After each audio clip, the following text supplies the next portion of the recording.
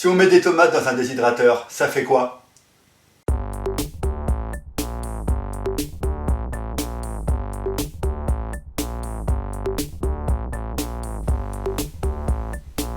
Bonjour, c'est Guillaume. Pour ce deuxième épisode du déshydrateur, on va déshydrater des tomates. Donc j'ai acheté des tomates et on part tout de suite au déshydrateur.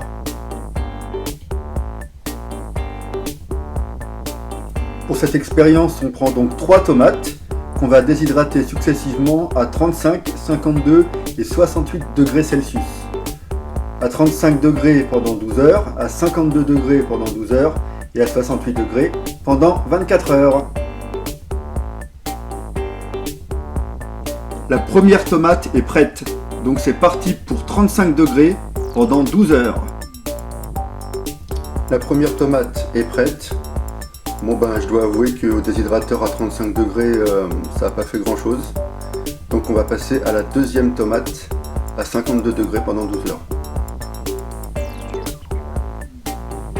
La deuxième tomate est prête, c'est parti pour 12 heures.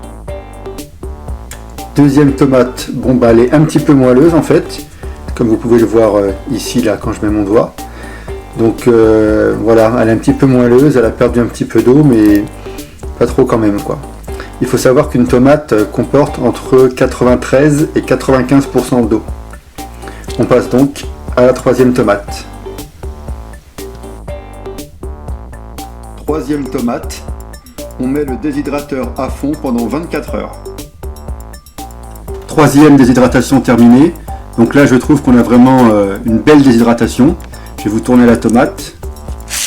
Hop. Voilà. Donc là vraiment on voit bien qu'elle a été déshydratée. Il y a même sur l'avant ici là, ça a fait une crevasse. Donc là je trouve que c'est vraiment pas mal. Donc comme je l'ai dit précédemment, il faut savoir qu'une tomate contient entre 93 et 95% d'eau. Donc forcément la déshydrater c'est vraiment quelque chose qui prend du temps. Elle est un petit peu moelleuse encore. Voilà, mais c'est surtout l'aspect extérieur qui est vraiment pas mal. Voilà, j'essaie de mettre un peu plus proche de la caméra. Voilà.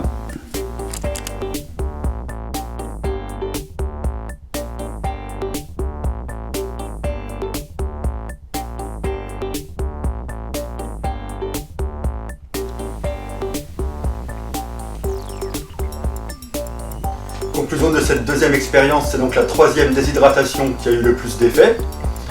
Donc 67 degrés pendant 24 heures. Au niveau de l'aspect intérieur de la tomate, ça l'a rendue moelleuse, il reste encore de l'eau, ça se voit. Et au niveau extérieur, la peau est bien évidemment ridée et c'est même craquelé sur le devant. Sinon pour ceux que ça intéresse, en ce moment j'ai des baies de goji que vous pouvez retrouver sur le site lejardindeguillaume.fr. Et on se dit à très bientôt pour la troisième vidéo.